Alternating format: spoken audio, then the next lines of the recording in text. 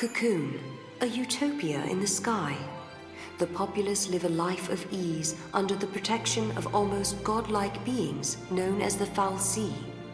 The lower world, Pulse, over which Cocoon floats, is believed to be a land both hostile and uninhabitable.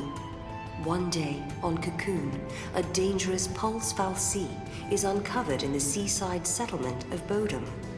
The governing body, known as the Sanctum, announces that all residents of the town are now contaminated. The Purge is enacted, legislation that requires every citizen from the affected area to be forcibly relocated to Pulse. The Purge has begun. A band of young rebels emerges to oppose the army and its attempt to exile innocent civilians to Pulse. Moving through the midst of the confusion is Lightning, a soldier who fights against the Sanctum's forces, along with Saz, a middle-aged man with his own purpose. She makes her way towards the structure where the Pulse Fal'Cie was found. In that lower world vestige, her sister Sarah is being held prisoner.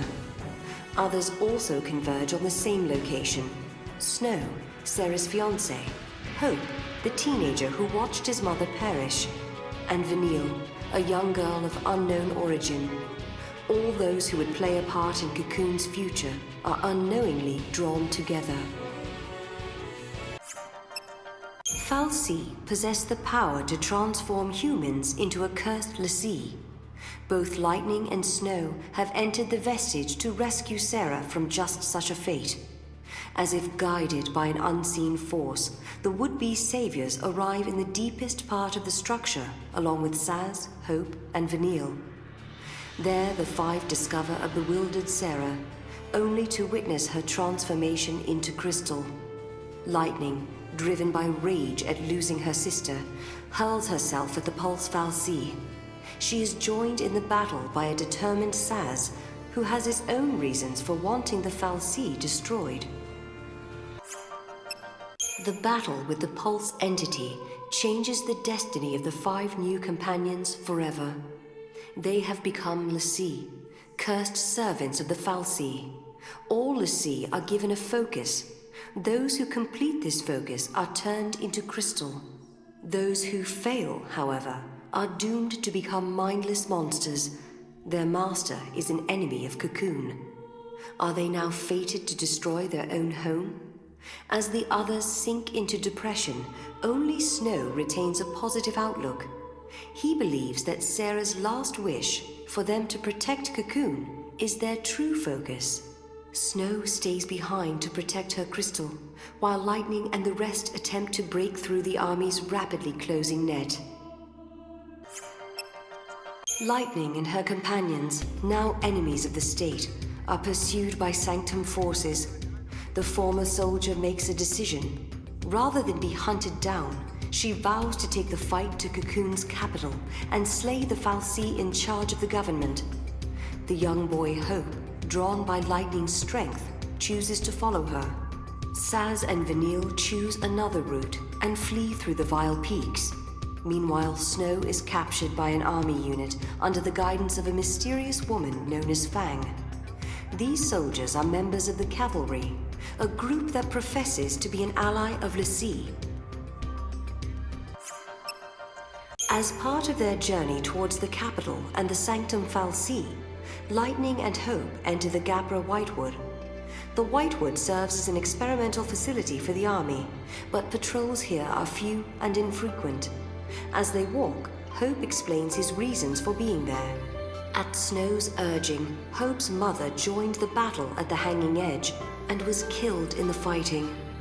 The grief-stricken youth had then chased Snow into the vestige. Lightning tries to counsel the young man, but Hope's desire to exact revenge on Snow burns brighter than ever. With no place else to go, Saz and Vanille find themselves wandering the sunlit waterscape. Saz eventually spills his story to Vanille. He explains that he joined the fight for the sake of his son Dodge, who had been chosen as a l'Cie servant by a Sanctum Fal'Cie. Saz thought that if he could defeat an enemy of Cocoon, he might release his son from his focus. After hearing his story, Vanille is consumed with guilt. Both she and Fang are Pulse l'Cie and enemies of Cocoon. Their presence near the Sanctum Fal'Cie is the reason Dodge was cursed in the first place. However, she cannot bring herself to tell Saz the truth. With the help of the cavalry, Fang searches for the other l'Cie. She has a debt to pay. Her lost memory and forgotten focus were the reason Sarah was cursed by the Fal'Cie.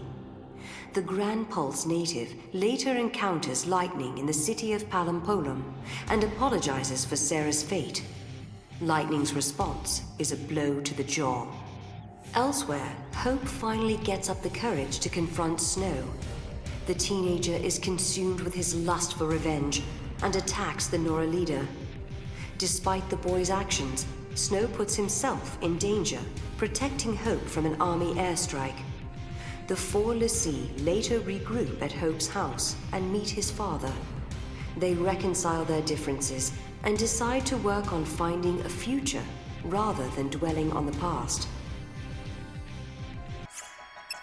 In Nautilus, the city of dreams, Saz and Vanille's frantic flight from the Sanctum comes to an abrupt end. Dodge, now in the custody of the army, has used his l'Cie powers to track down his father. The boy turns to Crystal upon completing his focus to locate an enemy of Cocoon. A PSICOM officer appears before the unbelieving Saz and tells him the truth. Vanille is the reason his son was made into a l'Cie. Vanille admits her guilt. She offers no resistance when Saz raises his pistols to fire. But Saz realizes her death will change nothing and lets Vanille go. Such mercy is all he has left to give. Lightning joins Snow, Hope, and Fang in an assault on the Sanctum flagship. The cavalry has lent them its aid in rescuing the captured Saz and Vanille. After a long search, Fang is finally reunited with Vanille. The six l'Cie then fight through the ship's defenses and come face to face with the Primarch, representative of the Sanctum. However, the truth that he reveals is beyond their wildest imagining. The Primarch, who they thought to be human, is actually a powerful Fal'Cie by the name of Barthandelus. The Fal'Cie also shocks them with the knowledge that their focus is, in fact, the destruction of Cocoon. Barthandelus guides the l'Cie to a vestige hidden beneath the capital, where other truths await them. The companions encounter Cid Raines, the commander of the cavalry, in the bowels of the monster-infested Fifth Ark. He explains that should they complete their focus and destroy Cocoon, then countless lives will be lost. This sacrifice is necessary to draw a deity known as the Maker back into the world. Raines then reveals himself as a l'Cie of Barthandelus. The soldiers of the cavalry had been mere puppets of the Fal'Cie. Now, however, the commander is acting under his own human will. To prevent Cocoon's destruction, he attacks Lightning and her friends.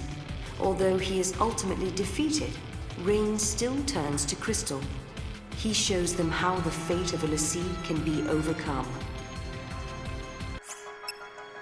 The six l'Cie have crashed on Grand Pulse, the terrifying lower world that the people of Cocoon speak of in whispers. Seeking for a way to overcome their cruel fate, the companions travel to Erba, Fang and Vanille's hometown. There they uncover an ancient prophecy that tells how Fang and Vanille attacked Cocoon several centuries in the past. It also speaks of how they entered into crystal stasis and later awoke, once again driven to destroy the floating shell.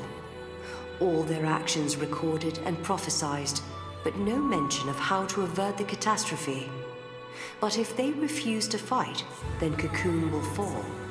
Readying themselves for the conflict to come, the l'Cie head for Cocoon's capital once more. Chaos rules in the capital city of Eden. Raines, though he wishes for the independence of mankind, is a helpless tool of the Fal'Cie. and the soldiers of the cavalry who trusted him have now risen in revolt. They mean to slay Orphan, the Fal'Cie that lies at the center of Eden, unaware that its death would mean the destruction of Cocoon. To prevent this cruel catastrophe, Lightning and her fellow l'Cie battle through the streets in pursuit of the vengeful soldiers. They finally catch up with the cavalry, only to see them transformed into hideous seeth. Only one thing remains to be done. The l'Cie must face Barthandelus, the mastermind behind all that has transpired. Lightning and her companions claim victory over the mighty Barthandelus, but in doing so awaken Orphan, the Fal'Cie who keeps Cocoon aloft. Their first battle with Orphan ends in failure, but through the sheer force of their belief, the six rise to fight again. They have the power to make miracles happen, and the strength to change their fate. Awakened to the power within them, the l'Cie achieve the impossible and defeat Orphan. At the moment of the Fal'Cie's death, Cocoon begins to plummet towards Grand Pulse. Then a miracle occurs. Fang and Vanille undergo a transformation into a great crystal pillar that halts the fall of Cocoon. As the dust settles, Sarah is freed from her crystal stasis and greeted by Lightning's smiling face. Or so it was meant to be.